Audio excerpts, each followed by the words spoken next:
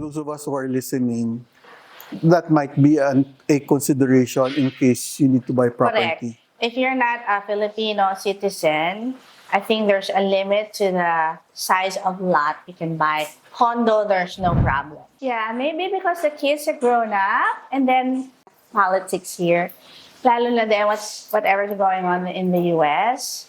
So the current administration, last term na naman niya, no? Even if he goes, the people who voted, who support him, will still be there. That's another factor because our dollars will presumably will stretch farther here. Okay. That's part of the decision to come here. Anymore. Yung isang nababasa ko, retirees are afraid of spending their saved retirement accounts.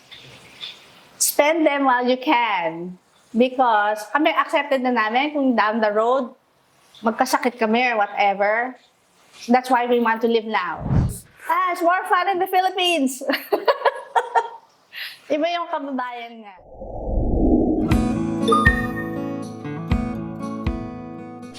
This is Senior Moments with Louie Montalvo. Hi. If you are thinking about moving back to the Philippines after staying abroad for many, many years, this is an episode you should watch because we hope that with our guest, Telly Nakpil, Encarnacion, you should be able to get more clarity on what it is like to move back to the Philippines after staying abroad for a very long time. So, Telly, hi. Hi, Louie. Hi. Thank you for saying yes for this morning. Thank you. It's an honor. Yeah, no, kasi the last time we saw each other, and many times, you did mention that you were planning to move back to the Philippines. And we thought that our viewers, especially those who are abroad, might benefit from this conversation. So it's really for us to go through the process that led you towards this decision. Pero before that, siguro muna, before you moved to the US, when was this? First, 1981-82, and then I came back to finish school, college, sa UP, and then went back 1984. But the move to move permanently to the US was 1984. Permanently, yes. Pero immigrant na ako ng 81. Sa my mom. Okay. Kaya lang, nag-leave lang ako sa UP. Sige, doon muna, parang what was why did you decide to move to the US, migrate to the US at that time? Okay, so baka we need a week. Well, ang nanay ko yung unang nag-move for various reasons. And then she divorced my papa. And then pinetition niya ng mga anak niyang below 18. So ako our youngest was 4, and then 14, and then ako was 16 or maybe a year later. So na-approve yung petition. Sila Lady kasi they were too old. Okay. So na-approve yung petition 1981. So I had to go. Plus at the time, which I don't know. 81, so we're still in college? Yeah. So, di ba, nung high school pa lang tayo, nanay ko nasa US Yes. na. So, she worked there, she bought a theater and stuff. So, I felt like, kung mga kwento niya, nahihirapan siya kasi mag-isa lang siya, ganyan. Parang yung ko, oh my gosh, I need to help my mom. Okay. Eh, mga older sisters ko, hindi na ma-petition. So, I felt obligated in the sense na ako yung pinakamatanda na pwede. Tulungan ko naman yung mama ko. So, yun yung context. Okay. Kung paano ko nag-move. And also at the time, my mom married. She met Americano, and then they got married. So Lian was 5, I guess, when they got married. I was already 5. So nag-move ako sa kanila. But because I moved because na-petition nga ako. So may limit yun, di ba? Para kailangan pumunta ka na doon. So I came back because hindi pa ako tapos sa UP. So you finished your college until 83, 84? Yeah, 84 ako nag-graduate. So wala ako for a whole year. Okay. Nag-leave ako ng 1 sem and then AWOL ako ng 1 sem. And then pagbalik ko, I had to get reinstated. So graduate ako ng 84. So April, later on in the year, bumalik na ako ulit. And then you moved there permanently in 1984 and from 1984 until, for 20 years? Well, ganito. Si Paul naman, let's bring Paul into the picture. Her husband. My husband na boyfriend ko dati. So, math teacher siya. Di ba kung nag-graduate siya ng math, lahat ng maraming math teacher gusto nila mag-study abroad. So, he was looking into that. So, I said, ba't mo hinahanap yung path na yan na ordinary math teachers are looking for? Because you're a US citizen, just come. If you want to come, just come. And then mag-apply ka to study. So that's what he did. Nag-ano siya ng... At the same time that you moved. 84 ako lang move, siya 85. Okay, 1 And year then, lang. he stayed with us. His plan was, mag-a-apply siya for master's, PhD, whatever. And nakakuha ng trabaho. And then, the rest is history. Hindi na siya But at the nag-aral. time, you were not yet married. Not yet. So, 1985. So, 1986, we got married. Which so state yun, in the US were you? Sa California. Kasi I visited Southern you Cal. once, di ba? Remember when I was in the States, you were in Maryland. Yes. Nandun na kami sa Maryland. So, 85, Paul arrived. 86, we got married, Southern Cal. And then I went to school, UCSB, for my master's because I wanted to be a teacher. I thought I wanted to be a teacher. So, right before, I was pregnant. Right before school started. So, after 2 quarters, nanganak ako, pwede pa naman ako mag-continue. But I just fell in love with motherhood. Okay. So, and then we bought a house somewhere far away, next door to my mom who also bought a house, sa Palmdale. Mga murang bahay kasi we can't afford where we were living. I didn't go back to school anymore. I was a stay-at-home mom up until much, much later. And then Paul's work, may opportunity to go east for a different project. He went to interview the same company. I'd never been in the East, sa Maryland na to. So, sama kami. Si Granny, Paul's mom, by that time, had come to the US, living with us. So, I had 2 kids already. Bagong panganak ako, sort of, kay Paolo. Tapos, yung anak ko, Paolo, Luca, Maya then, now she's Luca, was 2, or 1990. So, 1.5. Nag-interview si Paul, sama kami over the weekend. And I fell in love in Maryland. We lived in Palmdale, which is a desert. I love plants. Pagdating sa summer of 1990, green na green sa Maryland. Trees, grass everywhere. So I fell in love. So I knew we were moving. Medyo umiyak nga ako nun sa hotel kasi I knew we were moving.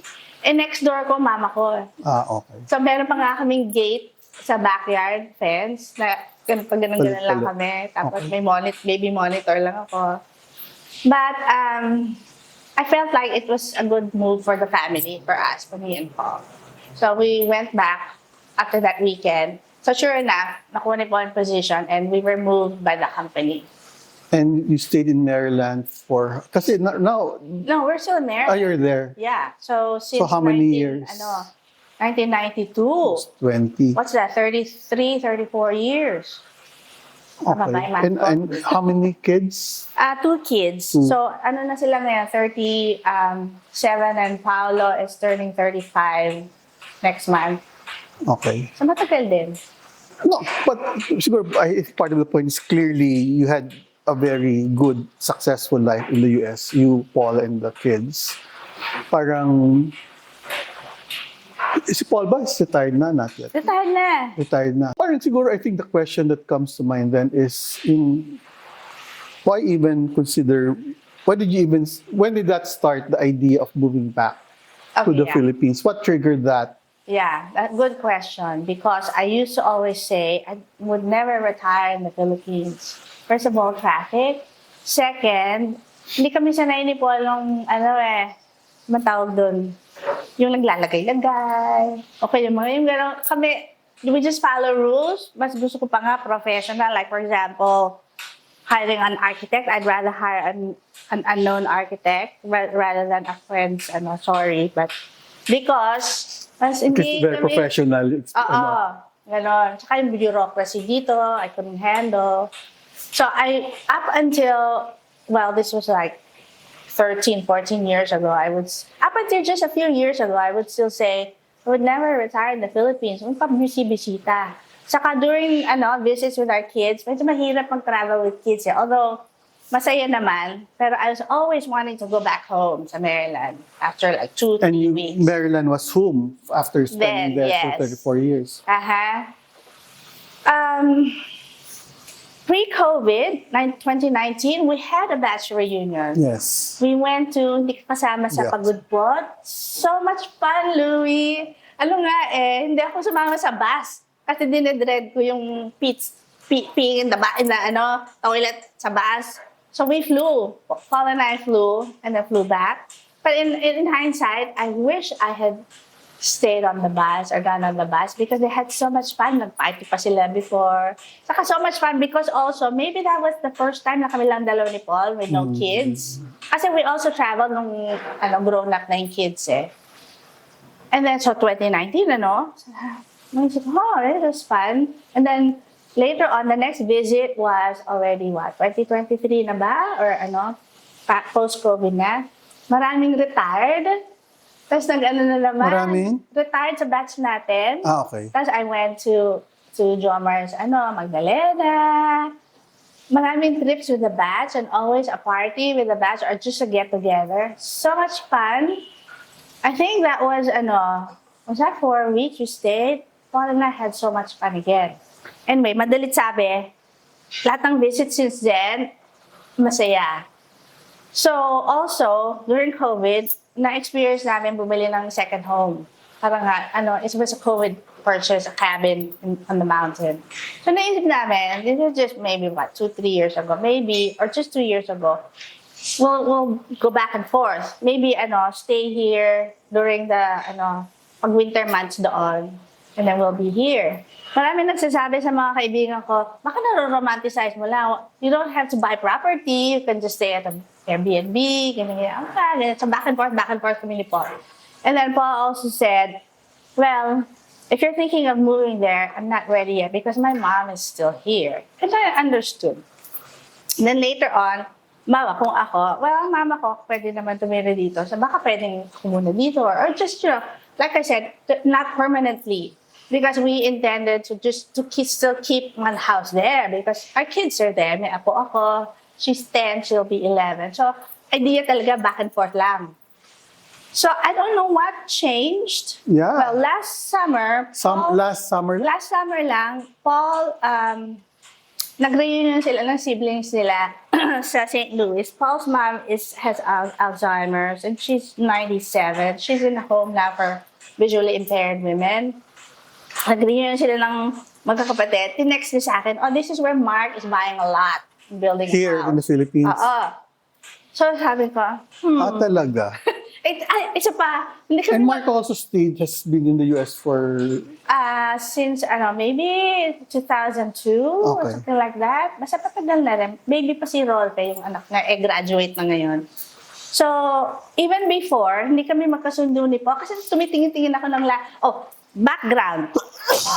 In the mid-2000s maybe, si Paul lang nag-iisip, mag-retire dito. In fact, tumitingin siya ng properties sa Silang or schooler, ganyan.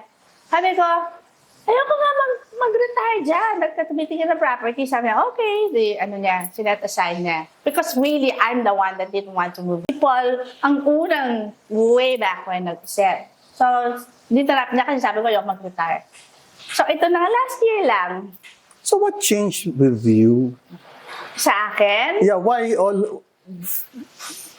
Ayaw mo, different reasons, and then where did the shift in your mind happen that you said, maybe, sige? Yeah, maybe because the kids are grown up, and then the cold is also getting to me. Malamig sa Maryland pagka winter. Hindi naman kasing lamig ng others. Of course, Canada people will say, that's not cold. I'm not sure. I just had so much fun. I missed the food. I missed being yung language ba, tsaka pareho kayo ng mentality and culture. You have the same culture. Kasi lalo na din, well, I don't know, I'm going to add politics here. Lalo na din whatever's going on in the US. So, the current administration, last term na naman niya, even if he goes, the people who voted, who support him, will still be there. True. And where we moved, medyo conservative area. Nag-move kami 13 years ago from more liberal county in Maryland to a more conservative county.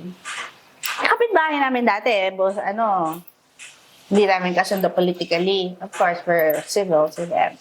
So, they won't change. Like, they will still be there. And parang na-miss ko ba yung, at least, of course, the current administration here, I don't know, hindi ko pa alam yung politics, but at least, Yeah. they're my people. True. True. Mga na-miss ko lang yung, para may shared history, shared culture, of course, shared, pagsasalita, and humor, sense of humor. Nakakamiss lang yun. So, your conversation with Paul at some point solidified that decision to move Last year. last year lang. Kasi, finally, nag-agree kami kung saan. Saka maraming conversation kasi ang idea ko kasi, a farm lot. Kahit na ito nga rin, remind niya ako kanina lang, akala ko ba gusto mo dampa lang, pwede na sa'yo. Sabi ko, kung bariotic na farm lot na may fruit trees, okay na sa akin yung, kasi rinireview namin yung architects, So, I don't know, I remember, nandun ka sa group chat sa Admiral Paul. Sabi ko, kahit na dampa lang, kasi Oo. gusto ko may fruit trees. Tapos yun nga, my Ate Lily's sister-in-law bought a farm lot sa Indang ba yun? This was several years ago. Parang, naingit naman ako, maraming fruit trees. Yun yung mahilig ako sa gardening and So, yun yung idea ko talaga, na nothing big. So wait, so when the both of you locked in on that decision, parang what were the first steps to actualize or concretize that decision? Okay, so first of all, nag-agree kami. Para We those of us discussed who it. are listening, sige, okay, we're moving towards that, pero parang, once you decide, what now? So ganito. So nag-decide na nga kami. We need to be in a subdivision for security reasons. We've talked to several friends. So the first step is to look for where to move back in. First, the type. What type of Kasi property? because ang original ko, not necessarily na subdivision. No, pero is that parallel to parang Where letting you're go of your properties in the parang Well, hindi. Before we decided last year, at the time, we were just going to be semi-retired here. I mean, we were still going to keep our house there. So, last year lang nga, nag-decide, sabi ni Paul, if we're going to buy property there, hindi pa nga full-time, hindi pa nga na sinabi directly full-time mag-move.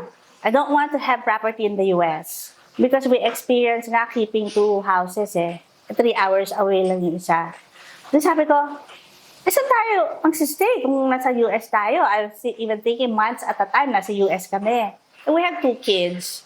So we could stay with either one of them. Sabi ko, okay, yeah, that's doable. but which means that your ancestral home, the one you have in Maryland, you're selling Yes, we're selling it this year. this year, and then if ever you go to the US for a visit, you stay with the 2 kids. Correct. Okay. Ganun na lang. And Okay. nag-iba na, hindi na kami months at a time. Weeks na lang. Oo. Saka idea din namin kasi if we're going to be here, we would travel because I'd love to travel. So, ang nangyari kasi, nagkaroon kami ng cabin, di ba, sa US. Parang we felt obligated, well, not obligated, pressured to be going there instead of traveling somewhere else because we have that place. Parang ganon. Okay, so the first is to find the kind of property you would want to move into. First, to agree what we wanted.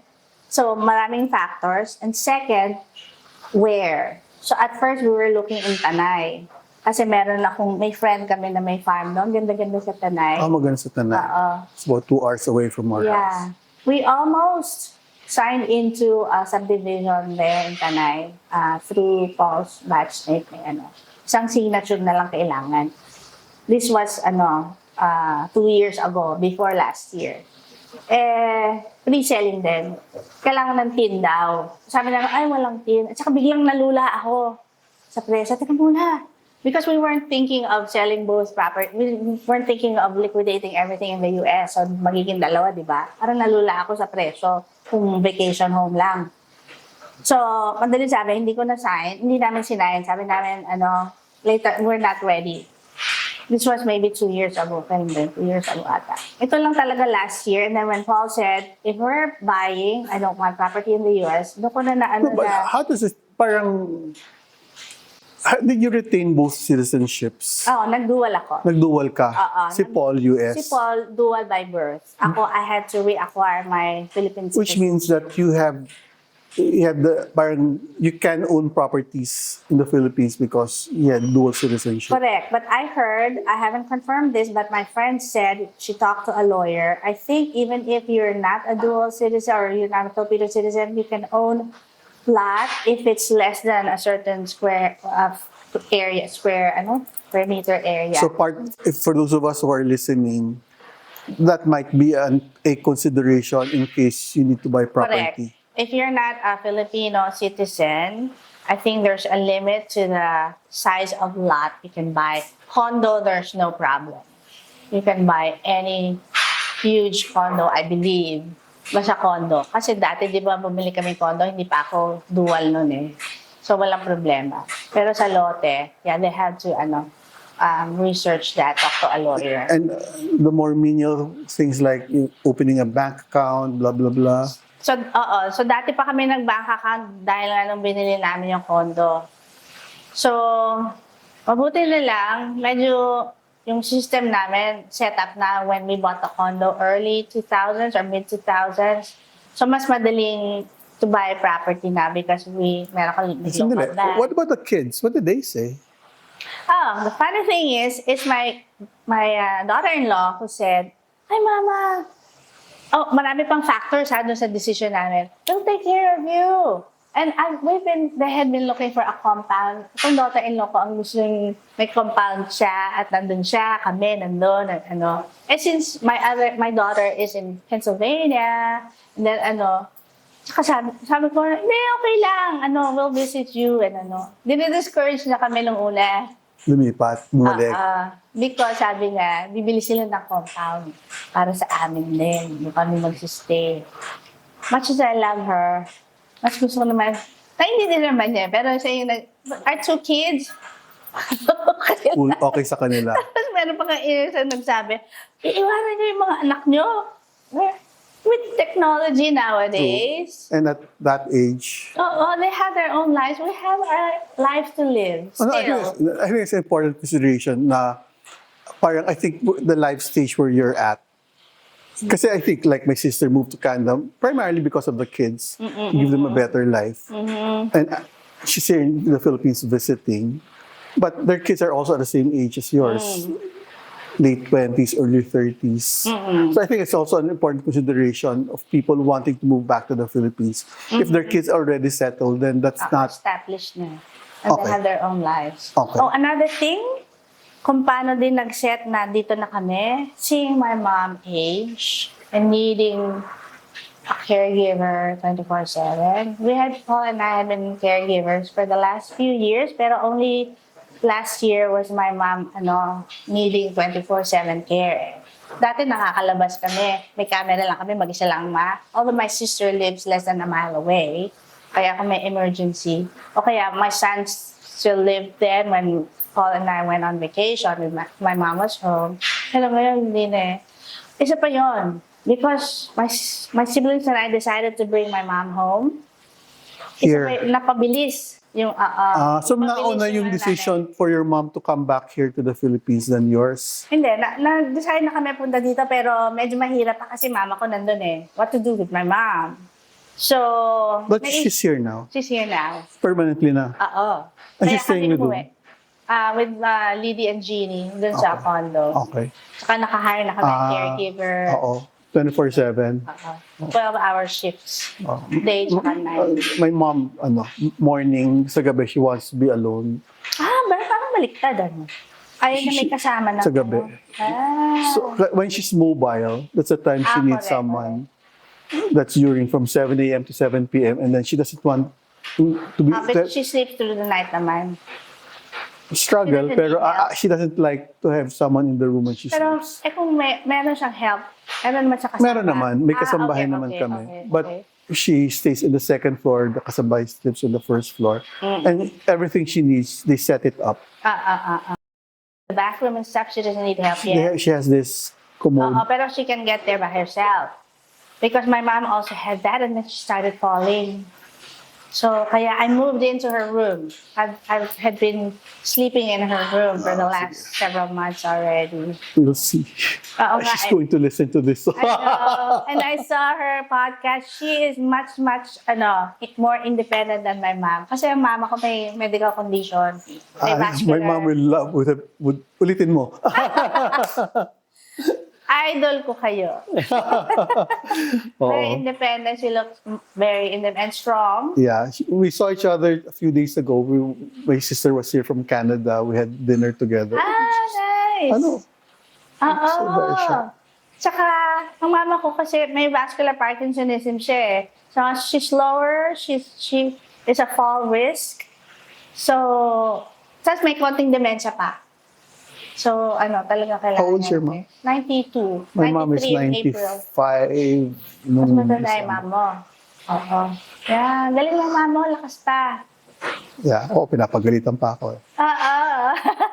Sige, so consideration would be your mom and then the two kids not as much, and then that both of you and Paul We needed to together agree. decided. Yes. So it cannot be that just one Correct. partner wants and the other one didn't. Ang dami ako dinitain ng subdivision, property, ganyan. Pero kasi the subdivision already presupposes that you've made that decision to move. Correct. Well, before we decided on which subdivision, nag-decide na kami subdivision, nag-gated, because we wanted to travel. So, pretty much that decided it na kailangan may security. Okay. Tapos, yung which subdivision, ito lang last year because his brother, si Mark, sabi, bumibili siya doon. Yun na yung process may link. Ito, mura to. Sige, kinontak niyo po yung sold na daw. Tapos I had been watching YouTube videos of houses, realtors, blah, blah, blah. May kinuha akong realtor, kinontak ko, can you be a realtor? Umuo naman. Marami nga nagsasabi ng mga kaibigan natin, sa YouTube mo nakita? Meron akong kakilala. Oo. It turned out okay naman. So, knock on wood, yung process namin, at first we were ready to buy sight unseen based lang doon sa realtor namin na because Are you crazy? we trusted the realtor kahit hindi ko kilala ha. I'm sorry. Kasi mukhang okay siya. And ang nag-click doon sa realtor na yon, hindi siya nagbebenta on YouTube. He reviews subdivisions. And meron siya mga educational yung channel niya. Meron siyang review na subdivision sa New Valley. Actually, New Valley, si Liddy yung nag-introduce sa amin. Meron siyang sinasabi, this subdivision, merong sunken garden. It reminds me of UP, sunken garden. Sabi ko, I'm going to contact this realtor. So, it turns out, nagpunta siya sa UP. So, at this point, you've already chosen the property, which means kasi you're still going back to the US in April. When is your permanent? Timeline? Ito. Si Paul, recently din nga finalize. We're selling the house. We're putting it on the market by end of May sana. End of May. As soon as the house sells, if we can come back here already, we are Really? coming back. So within the year? Yes. Ang sabi ko nga kay Paul, sinasabi mo naman nasa mga tao, July, August, baka ma-jinx mo. Kasi di ba namin nabibenta yung bahay? Sinasabi na niya, July, August na kami nandito. Baka ma-jinx. So ito pa nga So mukhang you're parang no second thoughts at all. None. We're Solid. Yes. Full speed ahead. Okay. Alsa balutan. Alsa balutan. Okay. We started getting rid of stuff sa bahay. Ito lang, recently lang. Pero marami pa marami pang bagay. So yeah, mindset na talaga namin. Any apprehensions? Paminsan-minsan, because of our age. Sabi ko, Paul, aren't we too old for this? Ah, really? Because the logistics... Yeah. When was the last time you lived there for long? No, what was? Well, it's not that. It's, Paul is 65, will be 66 this year. I'll be 63. Ang bahay magagawa, what? Next year pa at the earliest? Mami, mamatay kami. You know, Sayang naman, mamatay lang kami. Pero we're looking at it as a big adventure. The whole process. That's okay, the only way that's a to good do spirit. it. That's a good attitude. Yeah, because otherwise, ma-stress Overwhelmed ako. ka. Oo. It's an adventure. The next adventure for us. Looking back nga nakikita namin, every 12, 13 years, we're moving. Well, in a way, that's also partly maybe that's why it's not. That wasn't an impossible thing for you to do at this point because you've moved Yes. in the past. It's not as if you stayed in one place. Correct. This will be, wala pang bahay, our third forever home. So, kaya marami kaming furniture, early 2000s pa na still around, na parang attached kami, gusto namin iuwi. Pero kung masyadong mahal, okay na. Oh, so, like I said, everything was falling into place. So, my daughter, who's in Pittsburgh with our granddaughter, tsaka yung girlfriend niya, we promised them we would help them move into a bigger place. They're right now in an apartment, 2-bedroom apartment, 1 bath. Tuwing bumibisita kami, we stay there, but I guess we didn't have to. Maliit, saka naawa naman ako sa apo ko. They're on a busy road. So we promised them, as soon as the house is sold, yung cabin, we will help them. Kaya lang ngayon, at first we thought of buying, pero hindi, renta lang. We secured a place for them the day before I left for here. So meron na kaming, it's not a huge place. It's a house na on a cul-de-sac. So they can start move. Isa pang pinoproblema namin, what will we do with our stuff? First of all, if we're going to ship, where will we put our stuff first after the house is sold? So now that solves the problem. So you're planning to move many of your... Some. So depending on whether or not nga magagamit ni Luca yung furniture namin, kung hindi niya magagamit, makayuwi namin dito. But it turns out, nakakuha nga kami the day before. Kaya parang knock on wood, parang madaming nangyayari. I hope my luck won't run out because also this property, so we decided, this lot we saw before we arrived last year, late October. So sabi namin kay Realtor, hindi, we changed our mind. We want to wait until we see it before we finalize. Because we made 2 offers on 2 lots. Nag-counter offer yung seller, pero hindi namin inaano. Before we even arrived, sight unseen.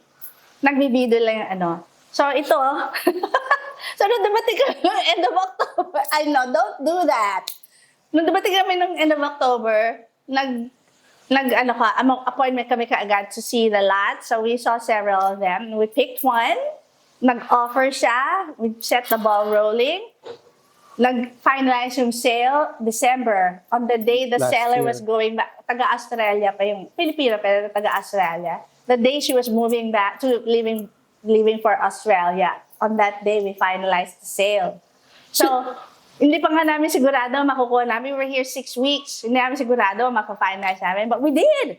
Knock on wood. Si Paul, he's retired but when he moves back here, does he have plans of doing some kind of... Wala daw, mag-golf lang siya. Kasi yung property, 20 minutes from UP Los Baños. Tapos sa New Valley din, may mga university, di ba? Sabi ko, baka gusto mo magturo, part-time. Part-time. Tapos meron pang tech sa New Valley. Hindi, mag-golf. Sige ha. Few years from now, tingnan natin. Tingnan natin. Pero ironically, this is the thing. All these years, I used to say, I hate golf. I don't play golf. I've never liked the idea of golf courses being maintained with pesticides, with lots of water and stuff like that, manicured and everything for the rich people to play on. But Paul enjoys it. Okay. So, nung nalaman niya si Mark dito at may golf course, nag-start siya ulit mag-golf. So rin yun, It's also, parang it's not as if the entire family had been uprooted to the US. Parang you still had maintained goods here that... Yeah.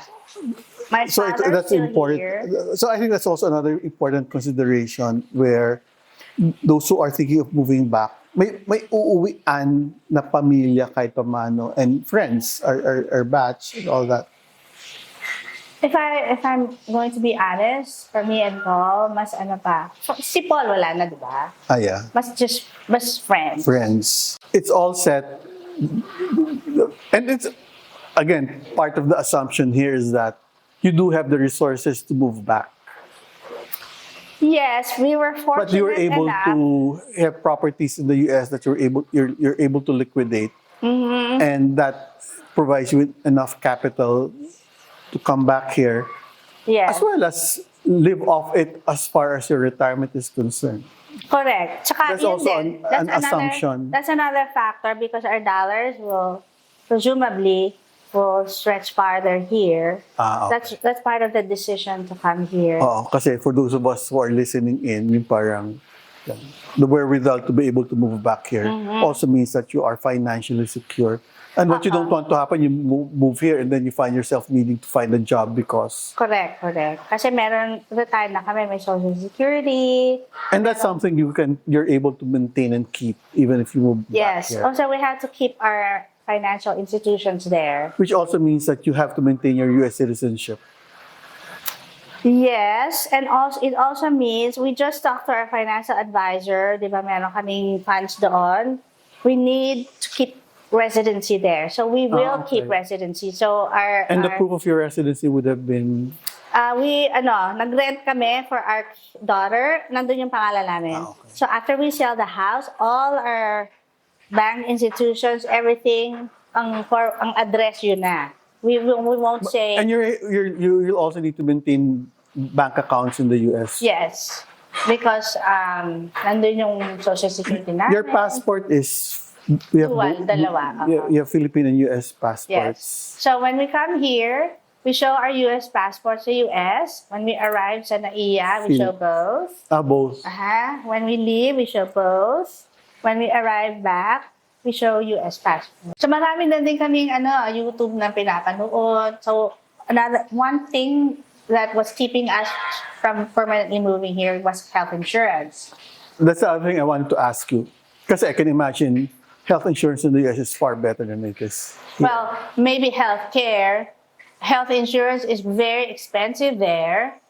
So, right now, wala pa akong Medicare. So, I'm getting private insurance. Before, meron kaming Obamacare credits. So, as long as we keep income below a certain point.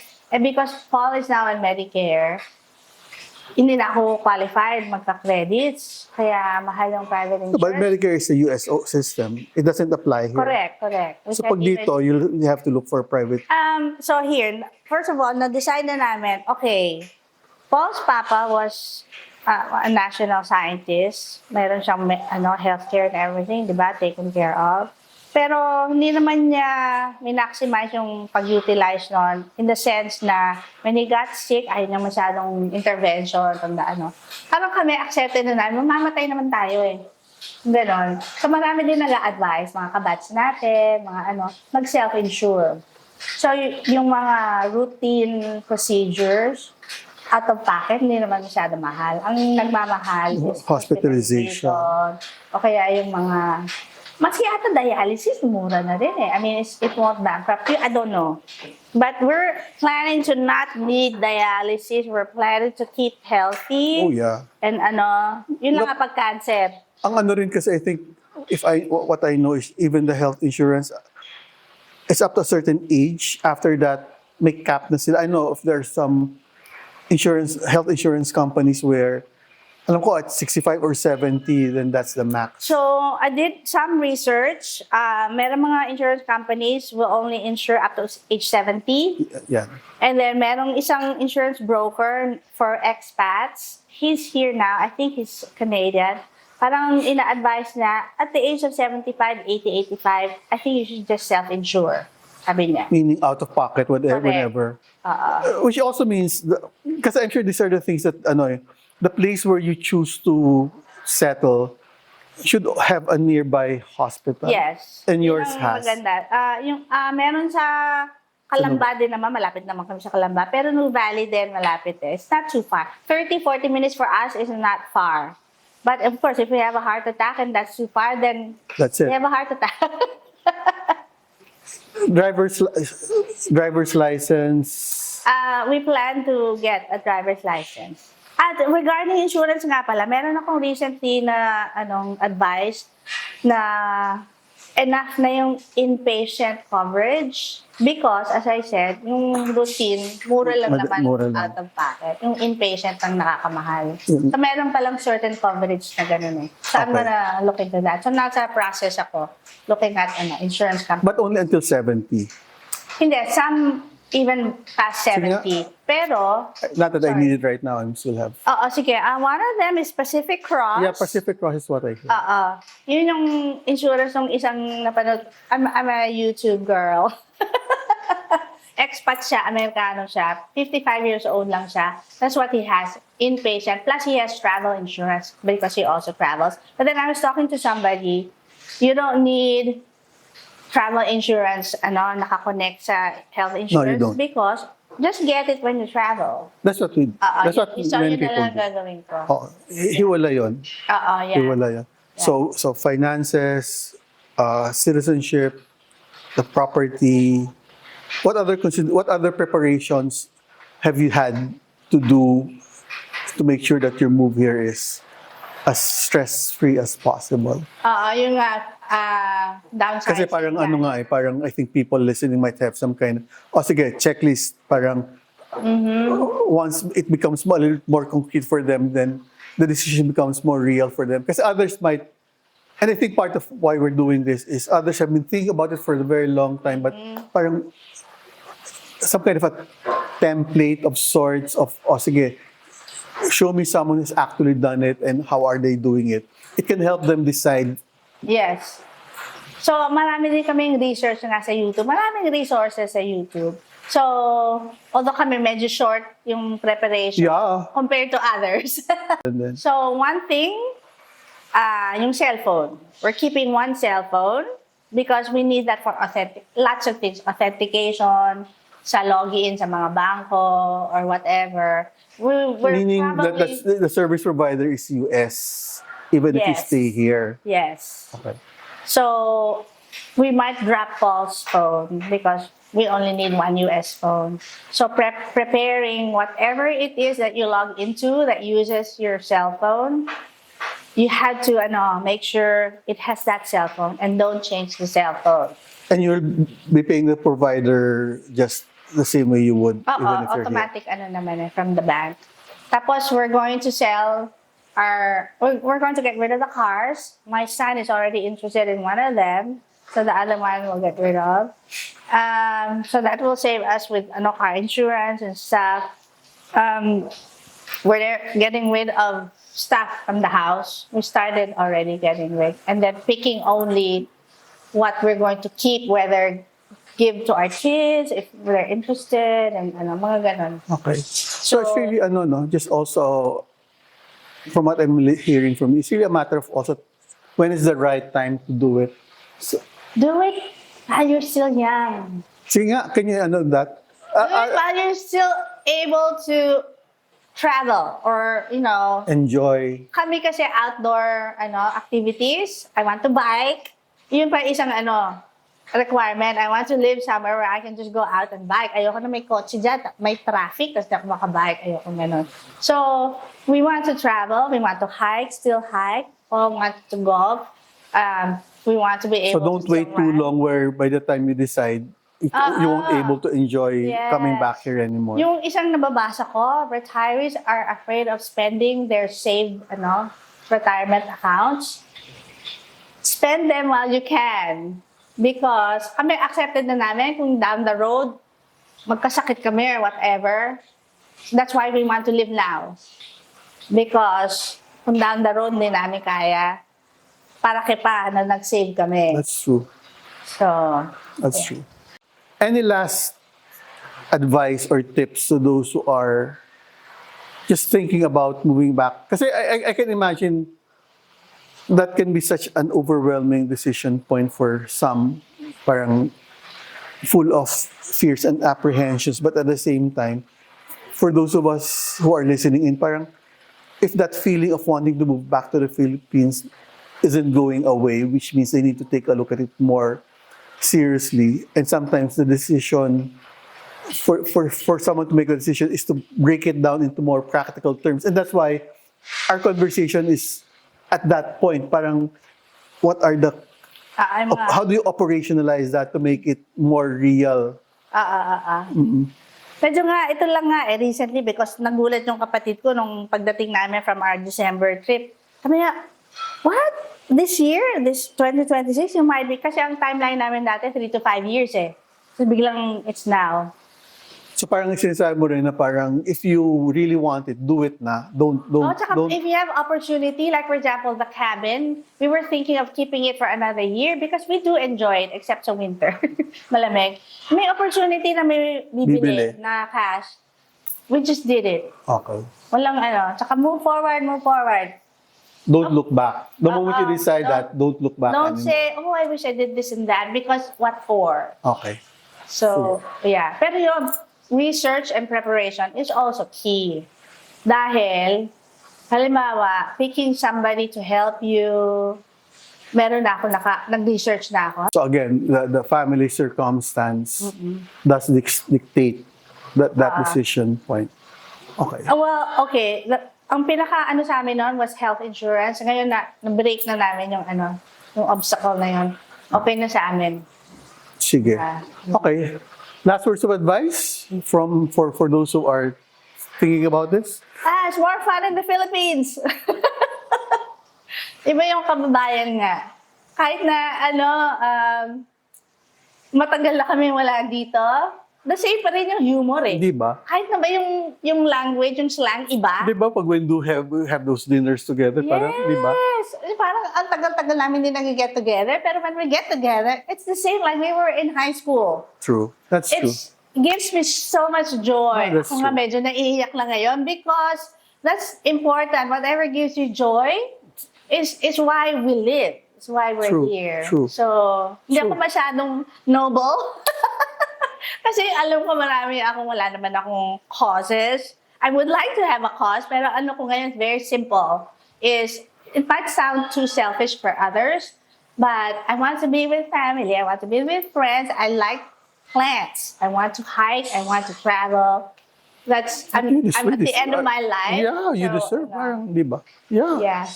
And my kids are fine. So, Yeah. That's what's important as well. yeah.